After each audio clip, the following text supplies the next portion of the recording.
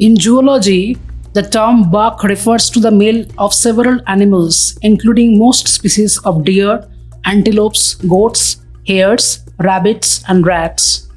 But in India, we are particularly used to call antelopes with that name, like black buck.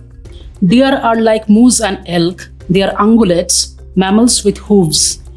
Most ungulates shed their antlers, and so antlers of male deer aren't permanent either. The antler has a honeycomb, bone-like tissue they use to fight other bucks and also to rub trees to mark their territory. While the antlers grow, they are covered in a velvet-like texture. However, high levels of testosterone during rutting or mating season cause the velvet encasing to die off, and bucks also rub against trees to help remove it. A drop in testosterone after the rut causes weakness in the connection tissue and the antlers fall off. Antlers drop annually in late winter, typically January through March. The dropped antlers are called sheds, and the process does not hurt the buck. From spring through summer, the antlers grow back and are usually bigger than the previous year. When their antlers come back, they are called velvet.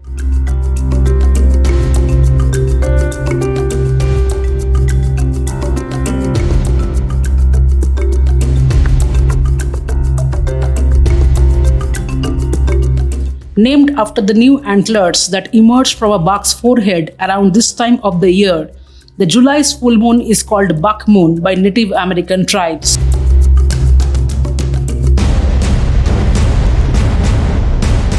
Other tribes have called this Thunder Moon, Hay Moon, or Salmon Moon in reference to the timing of salmon runs, an annual fish migration event. Supermoons are exciting events for sky watchers, as the lunar disk appears almost 14% larger and 30% brighter in the night sky than a regular full moon.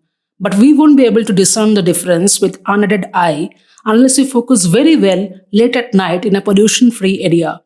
It was raining in Bangalore on 1st and 2nd July evenings, and so I remained awake to watch and record the near Buck Moon late at night. However, the full glory of this moon can be witnessed at 5:39 p.m. IST on 3rd of July. You'll be watching this video after that, but don't worry, you can still enjoy the spectacle on the night. Or very soon you can experience another, because this year we got 4 supermoons lined up, and the Buck Moon is the first and smallest of the lot. Next time, I will announce the dates beforehand. Simply put, supermoons are the result of the moon being closer to Earth at the time of a full moon. Eclipse expert and retired NASA astrophysicist Fred Espanak said that during the July Buck Moon, the moon will be just 224,895 miles from Earth in comparison to its average distance of around 238,000 miles. Supermoons occur because the orbit of the moon around Earth is not a perfect circle. As a result of Earth's gravitational influence, the moon's orbit is elliptical, appearing like an elongated circle or oval. This means there are times in the moon's 27-day orbit that it is closer to Earth and other times that it is farther away. A supermoon happens when the moon is both in its full moon phase of its 29.5-day lunar cycle and is at perigee, the closest point to Earth in its orbit. The term supermoon was coined in 1979 and is often used to describe what astronomers would call a perigean full moon, a full moon occurring near or at the time when the moon is at the closest point in its orbit around Earth. High tides and low tides, consequently, will be more extreme with such a perigean full moon. It is also one of the lowest full moon we can see in the northern hemisphere. It's like a mirror image of the sun's position during the day. When the sun is high in the sky during the summer, the full moon will appear low in the night sky. And in December, when the sun appears low during the day, the full moon can be seen high at night. I usually keep an eye out for the moon a few days before the full moon day. That way I can admire the shifts and totality way more than just looking up at the sky on that specific day of full moon. Also, in case the full moon gets cloud covered in my location, I can at least watch the near totality that way. What about you? I'm sure you have also wondered about lunar craters at some point. That how many craters are present, why it is there, and so on. So before I come to the Buck Moon, let me tell you that I got blessed with a very clear sight of a night sky a few days ago. And when I went out with my camera, I thought that an asteroid or a meteor is more likely to strike Earth because the surface area is much larger in comparison to Moon. However, we can see many thousands of craters on Moon, and we only know of only 180 on Earth. Why is it so?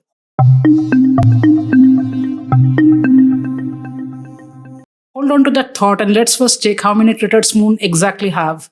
Wikipedia tells you about 9,137 craters, of which 1,675 have been dated. This is quite dated information in itself, as impact craters, which can be considered as lunar equivalent of fossils, are getting progressively identified using deep neural networks. Looks like if I focus intently, I can count 1,000 with my camera itself. More than 109,000 new craters have been discovered in the low and mid-altitude regions of Moon using artificial intelligence in 2020. That was fed data collected by the Chinese lunar orbits. I think this is one of the good applications of AI to make the technology do something that humans can't possibly do, or at least not easily. Hello everyone, my name is Amrita Ghosh and you can call me Ghosh. I'm the one who makes a moon video almost on every other full moon, along with splendors of this natural world in my channel Out of the Den.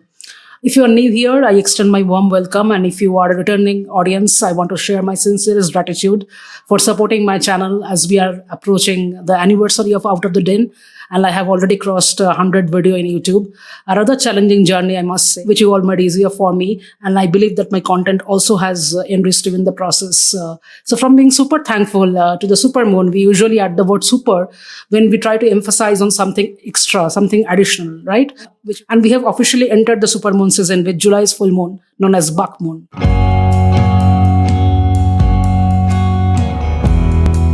Now coming back to the curious question about Earth's craters, our planet has mechanisms that can erase almost all evidence of past impacts. The Moon does not. Pretty much any tiny dent made on Moon's surface is going to stay there. Three mechanisms help Earth keep its surface crater free. The first one is called erosion. Earth has weather, water and plants. These act together to break apart and wear down the ground. Eventually, erosion can break a crater down to virtually nothing. The Moon has almost no erosion because it has no atmosphere, no wind or weather. That's why almost nothing can remove marks on its surface once they are made. The dusty footsteps of astronauts who walked once on the Moon are still there today, and they aren't going anywhere anytime soon. The second thing is something called tectonics. Tectonics are processes that cause our planet's surface to form new rocks, get rid of old rocks, and shift around over millions of years. Because of tectonics, the surface of Earth is recycled many times throughout its long history. As a result, very few rocks on Earth are as old as the rocks on the Moon. The Moon has not had tectonics for billions of years. That's a lot more time for craters to form and stay put. The third thing is volcanism. Volcanic flows can cover up impact craters. This is a major way impact craters get covered up elsewhere in our solar system, but it is less important than the recycling of crust here on Earth. The Moon once had large volcanic flows way in the past that did cover up many of the bigger earlier impacts, but it has been without volcanism for around 3 billion years now. The Moon may attract fewer bits of space rocks than the Earth, but the Moon is powerless to do anything about it after it has been hit. Once something hits the Moon, that event becomes frozen in time. Earth, on the other hand, simply brushes these impact craters off and moves on with life. No wonder there are so many craters on the Moon compared to Earth. After all, Earth's moon is born from destruction. We'll talk about it some other day, but I love the fact that it dons those scars of time like well-earned stripes and yet looks more beautiful than anything else in the night sky. The other day someone asked me why all my full moon videos are different from each other. At times I spoke about science a lot, at times I got too much into mythology, and as for the rest I got highly poetic. Why there's no consistency in terms of tone of the scripts?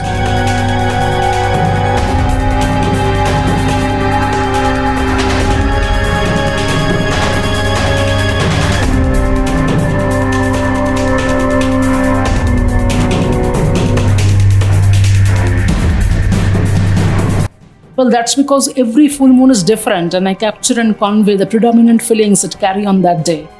Moon, after all, affects our moods too. So how boring it would be to talk about every full moon in the similar vein.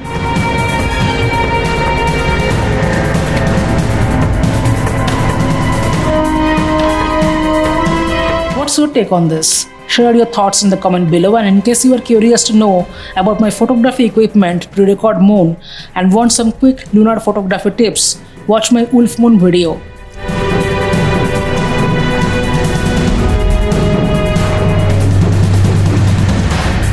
Till next time, Wyrt La Lunar.